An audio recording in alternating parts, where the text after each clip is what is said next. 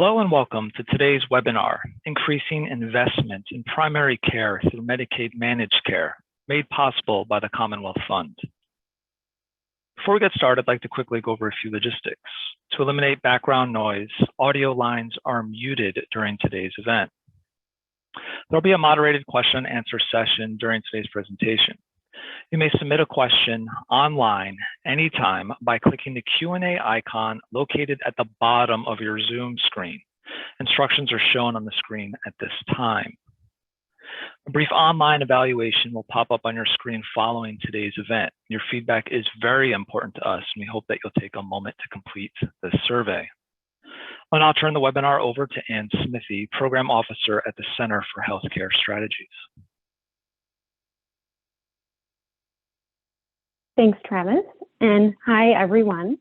Welcome to our webinar on increasing investment in primary care through Medicaid managed care, which is part of our learning series on strengthening primary care in Medicaid managed care. We have a great agenda for you all today. We'll start with some introductions. We have two guest speakers presenting first on a national overview on primary care spending, and second on Oregon's approach to investment in primary care with a focus on their work in Medicaid. And then we'll have some time for an audience Q&A before we wrap up. So Travis, next slide, please. And the one after that. So for those of you who aren't familiar with us, the Center for Healthcare Strategies is a policy and implementation center dedicated to strengthening the U.S. health system to ensure better and more equitable outcomes for people who are served by Medicaid. We work with partners across the country, and we work with many different kinds of stakeholders, providers, plans, and government agencies in order to do our Medicaid-focused work. Next slide. So as I mentioned a moment ago, this webinar is part of a learning series we've been doing for about the last year, focused on the features of advanced primary care and levers you can use to drive uptake and spread. We've done quite a few webinars already in this series. So if you're interested in learning more about advancing health equity in primary care, integrating behavioral health care, moving to value-based payment, or any of these other topics on the screen, you can go to our website and access those webinars as well as some blogs. And today we'll be focusing on that spending and investment lever. Next slide. And all of these topics are explored further in our toolkit for states, advancing primary care innovation in Medicaid managed care. And in that toolkit, we go in depth into some implementation considerations for advanced primary care. We bring forward innovative and exciting state examples and some sample managed care contract and RFP language to make this feel really actionable. Next slide. So in the toolkit, exploring primary care spending and investment, we have a handful of design considerations. So I wanted to share some of these with the audience today to give you all some grounding for what we're going to be hearing next, and because I think these considerations will show up in much of what we talk about for the rest of this hour. So primary care spending is a critical way to improve health outcomes for people. And there's a lot of steps states can think about when they're considering how to increase spending and improve investment in primary care. First of all, they need to set some goals, and part of that is thinking about how to define primary care. Either a narrow or a broad definition, thinking about who provides primary care versus what services are defined as primary care. There's a lot of ways to think about it.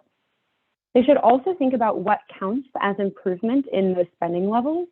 And that involves thinking about how to use increased investment effectively to really improve quality of care as the goal of increasing spending in primary care. States can also consider whether they're going to set specific benchmarks versus do some sort of monitoring or public reporting of spending. They can think about which organizations will be part of this work, whether this will take place sort of at the health plan level, the provider organization level, or both. They can think about the logistics and operational considerations required to actually monitor spending, and in particular, that non-claims-based type of spending that can be a little bit more difficult to track. And then finally, states can think about how their primary care spending strategy is part of work related to overall healthcare spending. Because of course, while we'd like to see increased primary care spending in the United States, that should be part of a strategy to decrease or control total cost of care spending. Again, these considerations I think will show up throughout the webinar. And now I'm going to take a moment to introduce you to today's excellent speakers. So first, we're going to hear from Diana Crumley, who's my coworker and a senior program officer at the Center for Healthcare Strategies. In this role, she helps state Medicaid agencies to advance payment and care delivery models that enable better and more equitable care for Medicaid members. Her work focuses on using Medicaid managed care organizations and accountable care organizations to advance goals related to health-related social needs, health equity, and of course, primary care innovation. After we hear from Diana, we're going to next turn to Summer Boslow. She's a transformation analyst at the Oregon Health Authority. Summer has over 20 years of experience working to improve health and healthcare in Oregon, in the United States, and internationally. In her role at the Oregon Health Authority's Transformation Center, she plays a key role in the agency's multi-payer value-based payment work and behavioral health integration work. So thank you both for being here, and I'll first turn it over to Diana. Thank you, Anne. Next slide. So I thought this would be a good opportunity to talk about, why are we here today? Well, primary care is foundational and essential. Greater use of primary care is associated with lower costs, higher patient satisfaction, fewer hospitalizations and emergency department visits, and lower mortality. We also know that countries that spend more on primary care tend to be more equitable, with fewer disparities. So you can see that in this quote that I've put on the slide here. And you see words like better population health, a common good, public concern. Well, we know that primary care is foundational and essential, but we also know that it's in trouble, and it has been for decades. Primary care providers are increasingly scarce, especially after the COVID-19 pandemic. And so this discussion is often with a sense of urgency, a lot of alarm bells. We have to do better. We should do better. How do we move forward? Next slide. So why measure primary care spend? Well, first of all, transparency. It gives us a picture of how far do we have to go. We know that in the United States, we spend about 5 to 8% of our healthcare dollars on primary care. Other high-income countries spend about 14%. That often puts us at the bottom of the list in terms of primary care access and a source of steady, trusted relationships with primary care providers. We also want to know where and for whom. What does primary care look like in pockets? What does that look like for rural communities, for communities of color? Second, we want to talk about accountability. What gets measured gets done. If we have a picture of where we are, how far we have to go, perhaps we can map out a course for significant increases over time. Gradual change to get us where we need to go. And finally, transformation. How do we right this ship? We know we've been on the wrong path for a while. How do we get to where we need to go? And by the way, what does the ship look like?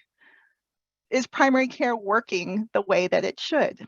And that's why here at the Center for Healthcare Strategies, we've been thinking about comprehensive primary care models, thinking about health-related social needs, behavioral health integration, team-based care, technology. Next slide.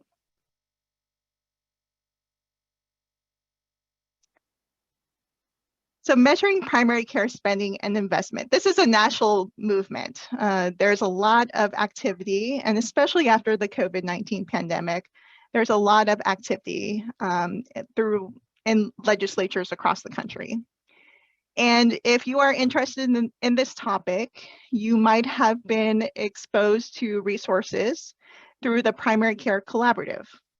And that essentially is a great resource for different legislation, different reports in this space. You may have also recently seen a report called Primary Care Matters, Lessons from Other States, with support from the California Healthcare Foundation. Again, an amazing resource of different state approaches. But you also may have noticed, particularly if you're a state Medicaid agency, that Medicaid is often outside of this picture. Departments of insurance typically take on this work, and so there's a focus on commercial carriers and activities outside of Medicaid. So here we'll focus on Medicaid and Medicaid managed care. Next slide. So here's a picture of what's happening in the Medicaid landscape.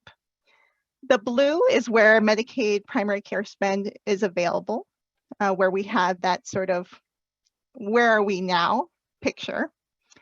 And the yellow is where states have essentially put in a Medicaid MCO requirement. And in Medicaid, managed care is increasingly and very influential. The majority of states have Medicaid managed care, so it's a very, very important lever to really move forward change. Next slide. So with respect to those blue states on the map, here's what you would see if you sort of click through all the different reports. This is where we are with Medicaid, statewide. And I will say that there's variation in these numbers. Some of that variation may be as a result of state healthcare policy. In other instances, it may be variation because of precisely what counts as primary care in these reports. Next slide. So Anne noted that we have a module on this topic, and in that module you may see different call out boxes with excerpts from managed care contract language and RFP language. And what you may notice is that the priority areas for states are very apparent here. So things like behavioral health integration, health-related social needs. What Hawaii has done is essentially say, we want to know what primary care spend is, but we also want to see different definitions of primary care and hold MCOs accountable over time. Next slide. Here's another look at a managed care requirement in 2024. This is a recent RFP coming out of California. And essentially they're requiring reporting on primary care spend and to stratify that amount by race and ethnicity and age. And again, a focus on value-based payment. These conversations are happening in the realm of all these different priority areas for state Medicaid agencies. Next slide. And I also want to note that when we talk about Medicaid, we talk about Medicaid managed care organizations, but we often talk about these other different transformation initiatives. And these conversations are not happening in a vacuum. For example, in 1115 demonstration approved by CMS in California, authorized a significant amount of funds for something called providing access and transforming health. And that will allow investments in enhanced care management provided by primary care teams.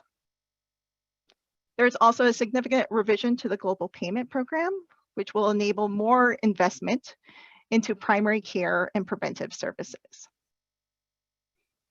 There's also a growing interest in sort of regional collaborations, regional partnerships of primary care providers, really thinking about, again, what does our ship look like when we're riding the ship? So in New York, they're thinking about health equity regional organizations. New Jersey is thinking about regional health hubs. Oregon is thinking about community investment collaboratives, all with the focus on what investments are needed to really make primary care work for more people. And with that, I think I'll turn it over to my colleague, Anne, to introduce the next guest. Yeah, thank you, Diana, for that overview of what's happening in states all across the country. And so now we wanted to take some time to dive deep into one of the states that's doing the most exciting and innovative work in primary care investment with a focus on Medicaid, and that is Oregon. So Summer, I will turn it over to you now. Great, thank you. Can you hear me? Yep, you sound good. Okay, excellent. Next slide, please. So I want to start with kind of sharing how the evolution of primary care transformation and payment measurement and for Oregon. We started with a key component is the patient-centered primary care home program that was established in 2009. It recognizes clinics as primary care homes and makes sure that they meet a number of standards of care. And the program is part of the Oregon Health Authority and one of the many efforts that help improve the health of all Oregonians and the care they receive. So the implementation of the program marked there was a marked increase in the level of primary care transformation occurring in clinics around Oregon. Early evaluation of the PCPCH model indicated that the level of transformation was leading to delivery system improvement, but that the current infrastructure that supported that improvement couldn't be sustained or couldn't sustain the ongoing transformation efforts. So in the fall of 2013, a majority of payers in the state, this is both Medicaid and commercial and Medicare Advantage, came together and signed a voluntary agreement to use the PCPCH recognition as a common marker of primary care transformation and make variable payments to practices based on their level of recognition. At the time, there was a three-tier levels of recognition in the program, and since then it's evolved to a 5-tier program. And providers reported that the multi-payer primary care agreement that was signed didn't result in meaningful payment changes for many of them. It was a voluntary action, and unfortunately, the uneven payer commitment meant that some clinics stood to reap the benefits of transformation, or some payers stood to reap the benefits of transformation without investing in the change.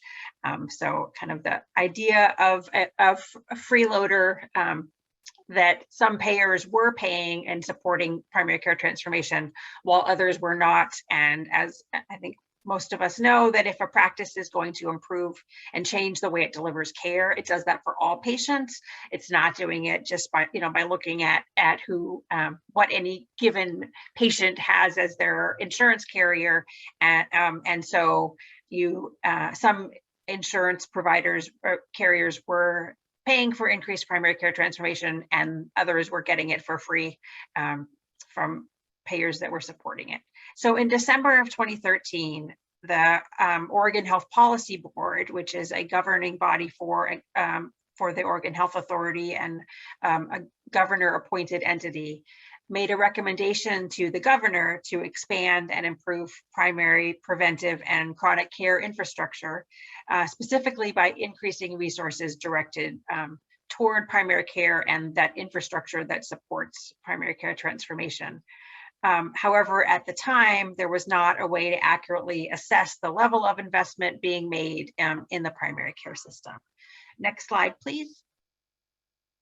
So that brought us to a legislation in 2015 and then again in 2017 that Oregon passed to increase, measure, report on, and change payment for primary care spend across all markets. So for 3 years, the Oregon Health Authority and the Department of Consumer and Business Services, which is where our insurance commissioner sits, have published the annual primary care spending report that it in order to comply with the law that was passed in 2015, Senate Bill 231. Primary care spending is an important component of the healthcare system, as we know, and the report provides useful information about commercial health insurance and publicly funded health insurance in Oregon and Medicare Advantage. And prior to the publication of the report, we did not have information in Oregon that was necessary to monitor and assess the percentage of total medical expenditures directed towards primary care. And then a related bill building on Senate Bill 231 that was passed in 2017, and it requires coordinated care organizations, which is Oregon's kind of Medicaid, ACO, Medicaid managed care, those are our CCOs, and commercial carriers to allocate 12% of their medical spending to primary care by 2023. So we're both measuring, reporting on, and setting a target for primary care expenditures. Next slide. So as I said, primary care spending by payer is publicly reported annually. We started out doing reporting payer blind for the first year, and then since then it is reported by named payer, and it's both claims and non-claims based payments that are reported. And the claims-based payments come from OHA, Oregon Health Authority's all payer, all claims database reporting. And then information about non-claims based payments is gathered from a reporting template that, that all payers are required to complete. So each carrier or CCO receives their process data prior to publication, showing their primary care spending percent, and then a per member per month dollar amount. So breaking that primary care spend into a per member per month amount. And if the carrier or the CCO has any questions, OHA will meet with them as needed. They also receive their primary care spending at the mid-year point as part of the overall APAC, the all payer, all claims database data validation report that we create for each of the carriers and CCOs. So the idea behind that is to give them a rough sense of what the data are showing. And because it's a mid-year, we know that those data values will not go in the report, but hopefully are helpful to the payers and the CCOs. And OHA and the Department of Consumer and Business Services, prior to beginning the reporting and over the course of the first couple of years, convened several stakeholder meetings with payers and providers to develop the methodology of what should be counted as primary care within the parameters of the legislative definition. Next slide, please. So you'll see on this slide that this is the primary care as a percent of total medical expenditures, excuse me, and this is based on 2020 data. So you'll see that CCOs, Medicaid managed care, allocated 16.2%. PEB and OEB is our Public Employee Benefit Board and Oregon Educators Benefit Board, and there has been and continues to be a lot of work. Both of those sit within the Oregon Health Authority, and there's a lot of work to align the expectations and requirements of the PEB and OEB plans with the CCO contract requirements. So it's not surprising that their primary care percent is quite high as well. The prominent carriers of commercial plans is also quite high. I think some of that is that there's crossover between the PEB and OEB plans and general commercial plans, and then it's a lower amount for Medicare Advantage. And just to give you a little bit more detail into the CCO primary care spending, the amount of spending ranges from 9 to 22%. In primary care, and I think it is higher for some of the larger CCOs, pushing the amount up to 16% overall. Next slide, please.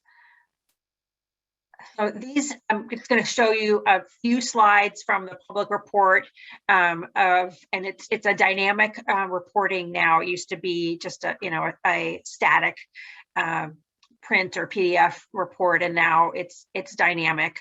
Just these are probably pretty small, but just to show you what it looks like. So this is that the range across the CCOs, and you'll see at the top Eastern Oregon CCO, which is a huge area, about half of the area of the state, but much smaller number of Medicaid members live in that largely rural and frontier area. So theirs is actually 22.5%, down to 8.9% for a smaller CCO that is in the North Coast area of Oregon. So that's one view that you can see on the public reporting page. The next slide, please. And then this shows the non-claims based spending, and you can see this is by percent. So one of the CCOs, Advanced Health, the overwhelming majority of their primary care spending is non-claims based. In contrast to Health Share of Oregon, which is in the Portland metro area, and the largest CCO has a much smaller percent of their primary care spend in non-claims based spending. Next slide, please. And then here's some more detail into what is in the non-claims based spending.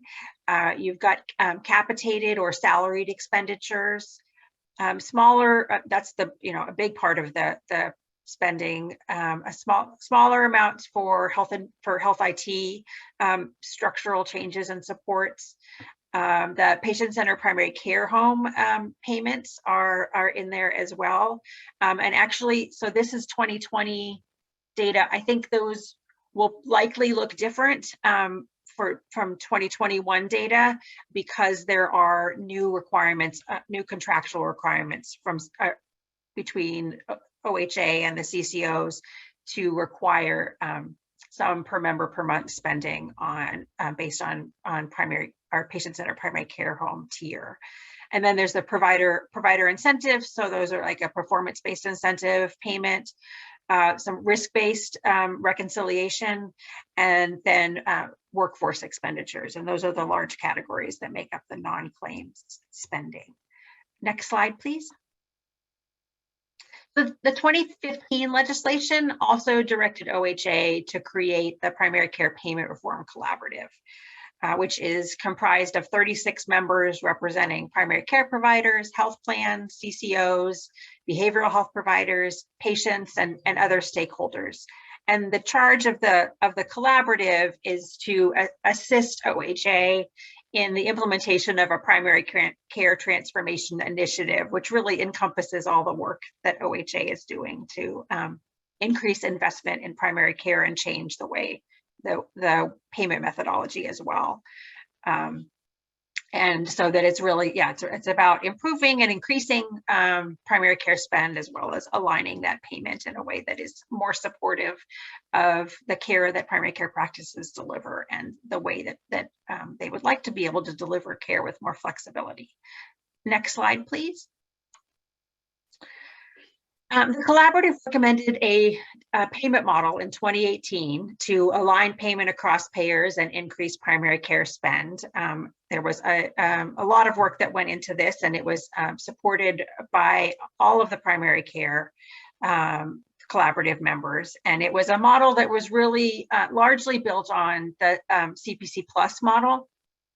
And it also increased or added a component focused on providing support to primary care practices with behavioral health integration. And so this came out in actually the report with the recommendations came out at the beginning of 2019. And however, little implementation has occurred. And so this model is being revisited as part of a work I'll talk about in just a second, called a value-based payment compact. Next slide, please. And back to the 2017 legislation that set a target of 12% spend.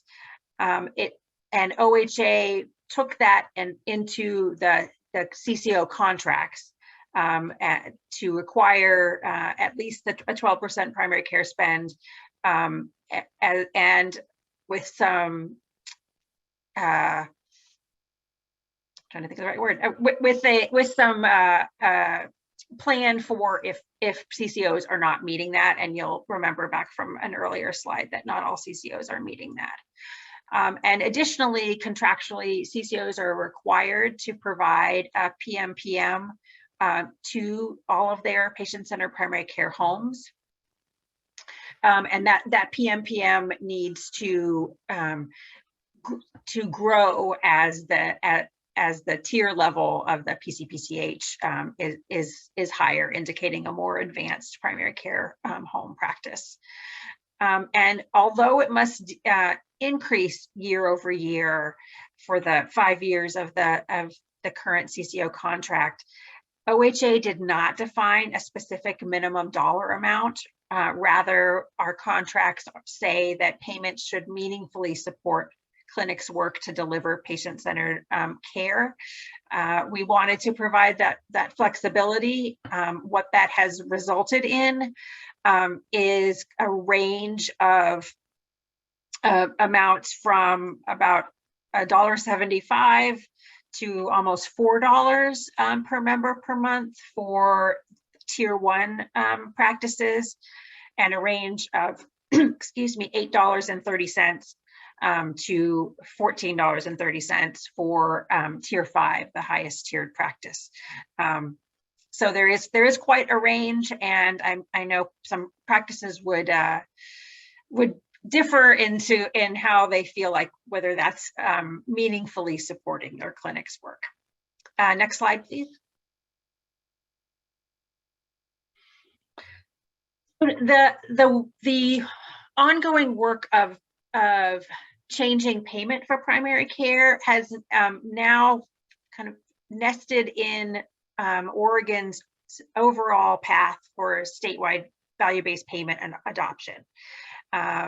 There in 2019, legislation was passed to create a cost growth target, and it established an implementation committee to set that first target and the processes for measuring the target and options for actions that could be taken to help reach the target. And the first action that was identified was increasing the spread of value-based payment across the state. Just to note that the annual, the per capita cost growth target was set at 3.4% for 2021 through 2025, which is the same amount that OHA has been holding the CCOs to for a number of years. And then it'll go down to 3% from 26 to 2030. And then there's our payer reporting requirements for the cost growth target. There are not reporting requirements related to specific VBP payment arrangements at this time. So as I said, the first strategy that was identified by the cost growth target implementation committee to help reduce the cost growth and bend that cost curve was the spread of value-based payments across the state. The implementation committee developed a set of principles to guide the adoption and spread of VBP, including the establishment of a VBP compact. The compact was charged with ensuring. The compact was setting targets and asking payers and providers to sign on to agree voluntarily to meet the targets. There's quite a bit in the principles about related to equity and how value-based payment models can and should improve health equity and be mindful and monitor any potential adverse impacts on quality on equity that value-based payments might result in. And a VBP compact work group was established and charged with ensuring that the compact is successfully implemented. And the work group is finalizing a roadmap for release next month that identifies strategies, key actions, and milestones to accelerate the adoption of VBP across the state. And the work group will undertake actions in coordination with other state VBP efforts and payer, hospital, health system, and provider partners. So the next slide, please. So these are the targets, the VBP targets that were set by the Cost Growth Target Implementation Committee. And there's a set of targets that are focused on for all payments. And those are for shared savings and more advanced value-based payment models. And then there is a set of targets that are specific to primary care and general acute care hospitals. And those are for shared risk payment models and higher. Next slide, please.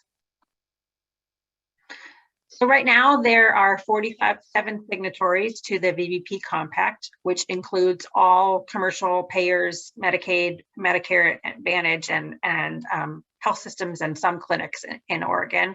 And that represents, the payers participating represent 73% of covered Oregonians. Next slide, please. And so these are the strategies that the Value-Based Payment Compact Work Group has identified that could accelerate VBP adoption. It's a short menu of models. One of the challenges that the work group identified, and we've heard from providers as well, particularly in primary care, is that there are a plethora of VBP models that payers are using to pay primary care clinics. One of the community health centers that is their chief medical officer, who is a member of the VBP Compact Work Group, said that they have over 50 different payment models and for the patients that they serve, and it's really just a lot too much for practices to manage. The work group will also be developing a toolkit to help payers and providers implement VBP. Some specific recommendations related to equity, mitigating financial risk, policy alignment, and attribution. Next slide, please. So specific to primary care and its connection with the value-based payment compact work. And as I referenced a few slides ago, there was that payment model that was developed in 2018, again, largely based on CPC Plus, that did not really see implementation to the level that the Primary Care Payment Reform Collaborative was looking for.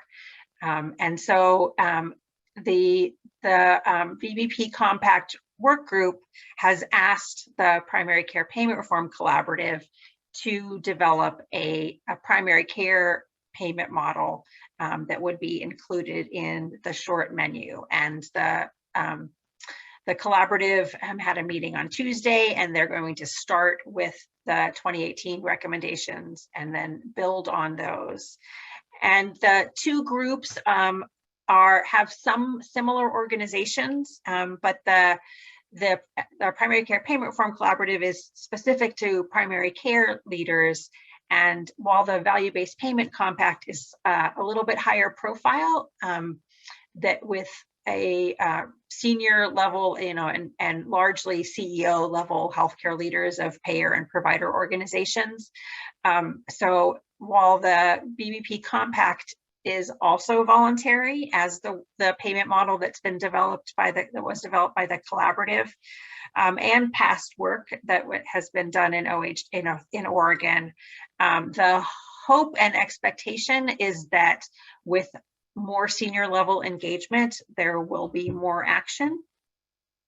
And because the close connection between the VBP compact and the cost growth target work. There are a number of legislators that are watching the work of the compact work group and are well positioned, if need be, to legislate action on reaching the VBP targets if the voluntary work of the compact doesn't reach the traction or that legislators and all of us are looking for. And so in terms of developing the VBP model that the Primary Care Payment Reform Collaborative is looking at now, have set principles to guide their model development, focusing on addressing health equity, providing flexibility, supporting interdisciplinary teams, very much focused on not reducing primary care spending. There is that connection between VBP and the cost growth target, and there's a lot of concern from primary care providers that that costs will be cut in their care, and that is definitely not what anyone wants to see, including the payers that are engaged in the value-based payment compact work group. The use of appropriate risk adjustment models. There's a lot of talk about social risk adjustment, and reducing that administrative burden, particularly related to the implications for clinics to manage a number of different value-based payment models. That time could be better spent if there was more alignment of payment models. Next slide, please.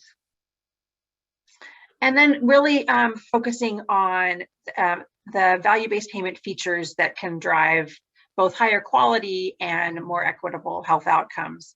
Particularly around supporting care delivery redesign, payment incentives and structures, and performance measurement, and really thinking about how to support and look at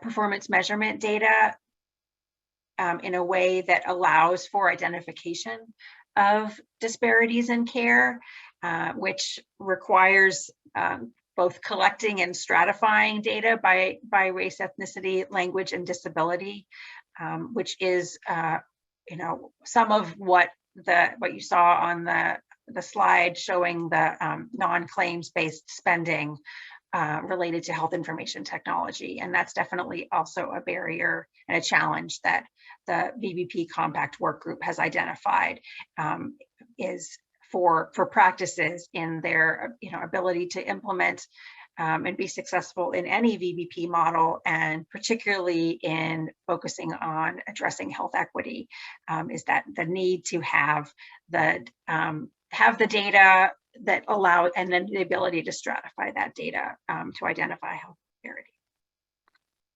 I think I hope I've given you a good picture of what primary care spend looks like in Oregon, and how we've gotten to a place where we have increased investment both through public reporting and transparency, requirements for Medicaid, and voluntary efforts for all payers.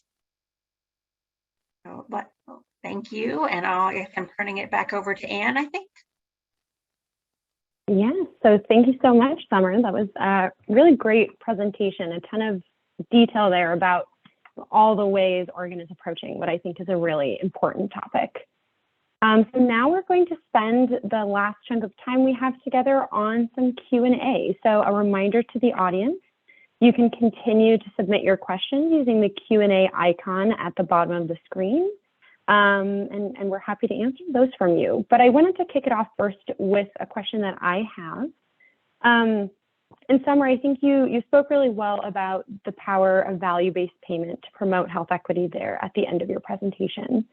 But I wanted to think a little bit more broadly about health equity and ask you and Diana both, how do you see primary care investment in general as a health equity consideration? And Diana, I'm happy to start with you to give Summer a brief break after her great presentation. Yeah, I mentioned earlier that more investment in primary care is linked to more equity, so it's certainly an important component of any health equity strategy. Of course, it can't be the only strategy. And Summer ended her presentation with this lovely sort of interlocking circles relating to payment and care delivery. I think it's really important to also think about, what does primary care look like? How does primary care meet the needs of the individuals that they serve? And how can you make sure that you get the data to get a good picture, right? And Summer also noted that I think you have to think about primary care spend and stratifying that primary care spend. You have to think about what payment models do to care delivery as well, and think about how that primary care can look more equitable, can better serve communities of color, for example, better integrate team-based care models to really move that needle forward for health equity. I'll build on that, particularly related to the team-based care. I think studies of quality and outcomes have shown that integrated community health workers, peers, and doulas can do a lot in providing culturally specific care and improving health equity, as well as quality, outcomes and social determinants of health, and that investment and increased investment in primary care can support this integration. CCOs are required by contract to support these, we call them traditional health workers. I know some people call them non-traditional health workers, but there was very much an effort, and folks in Oregon felt like that community health workers and doulas and peers, they have been there for a long time, and actually are really the traditional health workers. So CCOs are required to support and contract with THWs or engage those worker types, peers, doulas, health navigators, community health workers in their contracts with provider organizations. I think that there is a connection and can be a connection between value-based payment and engaging these different provider types. That's something that CCOs are exploring right now, and actually OHA, we're about to sign a contract with a consultant to help us look at what are the options for payment for these provider types that have been used across the country and within Oregon, and to be able to give guidance to the CCOs about how they might be able to pay in a way that's more flexible to support the integration of these care delivery clinicians, or I guess non-clinician based, but really key parts of a primary care team. Yeah, thank you, both of you. And Summer, we have some interest from the audience to learn a bit more about the PMPM payments made to the PCPCHs. So are those tied to any particular activities? Are there any requirements for how that financing is used, or is it how the provider sees it best fit to serve their patients? Yeah, it's the latter. There is not any requirements. If you're familiar with the value-based payment framework from that's out there, it is those payments are not a value-based payment. They are foundational payments for infrastructure and operations, but not tied to any quality measures. CCOs are required to make those payments. Again, there's not a required amount. The CCOs are also per contract required to use VBP models. Then there are specific targets that they need to meet that increase year over year. And so the PCPCH payments, while they by themselves don't qualify as a value-based payment, there are a number of CCOs that are pairing that really, that sort of foundational infrastructure payment with often with a pay for performance payment model, and so then they become part of a value-based payment. But there's been a lot of conversation, some interesting conversation, particularly at the Primary Care Payment Reform Collaborativ, about how do you use those PMPMs, and especially when they've been talking about the incentivizing and encouraging the use of community health workers and peers, health navigators. I know, for example, New Mexico has a payment model for community health workers where they are paying a per member per month, and it's specifically for the work of those community health workers. And so there are some folks, at the Collaborativ that feel like, well, that's what we need. We need a PMPM, and payers saying, well, we provide a PMPM for primary care, and if they want to use it to support those traditional health workers, that's great, but they don't, that's their choice. And so, I think, then of course, my first thought is, well, how much is that PMPM, and is it enough to both support, health information technology and collection and stratification of data to identify and address health inequities, and employing the behavioral health providers and traditional health workers as well. And so I think, but it definitely, I think there's not necessarily agreement on, should it be just one lump PMPM, or should there be requirements around it? And there are some CCOs can do that, but that's not anything that we require as a state. Yeah, thank you. That's really helpful. I wanted to think a little bit now too about the definition of primary care, which I know we talked a little bit about at the beginning of this presentation. So Diana, I was first going to ask, from that national perspective, can you talk a little bit about the pros and cons of a broad versus a narrow definition of primary care?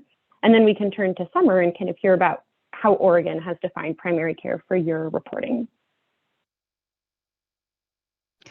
Yeah, I think this is a really important design consideration. And if you are in the weeds with this primary care spend topic, it can be very technical. What CPT codes are included in the definition of primary care? What providers can be included in the definition? If we want primary care to be more comprehensive, are we thinking about behavioral health? Are we thinking about health-related social needs? Are we thinking about the activities of community health workers, for example? So I think there is a broad interest in encouraging primary care in whatever form. And just as Summer described in Oregon, sometimes it's useful to slice and dice things in different ways. So if you recall, Hawaii had that one particular example of what it's encouraging in its Medicaid managed care contract, where it's thinking about primary care in 3 concentric circles. So a very narrow definition, slightly broader to include behavioral health, and even more broad to think about health-related social needs. So slicing and dicing things in different ways can be useful, provide a more full picture of what you're trying to achieve, and where different levers can be pulled to really advance that work forward. So I think having that sort of granularity is very important. But perhaps, having a broad definition for certain purposes, but being very clear what you're including in that definition. Yeah, I'm not part of our health analytics team or the team that staffs or that produces the primary care spending report, but now I feel like I need to go back and say, look, this is what Hawaii is doing, because I think it would be really helpful for me to be able to see, okay, we do have a pretty broad definition for Oregon. It includes OB and gynecology. I mean, not for excluding delivery, childbirth, but and it includes general psychiatry, and those are both have been kind of contentious. It was in legislation, but it is something that has been talked about and might very well be revisited this year, because the PCPCH program is convening a standards advisory committee, which they do periodically, to look at the PCPCH standards, and there's also talk about the primary care, what defines primary care. So it would be great to be able to see what's that broad definition, what's a narrower and an even narrower, to be able to really understand. I'm particularly interested in behavioral health, integration. And if you were able to look at what does it look like without that, what does it look like with that, and be able to try to quantify the actual amount of spend on integrated behavioral health, would be particularly interesting. So for Oregon, it's everybody you would think of for primary care, but it's also child and adolescent psychiatry and general psychiatry, as well as family and general medicine, geriatric, peds.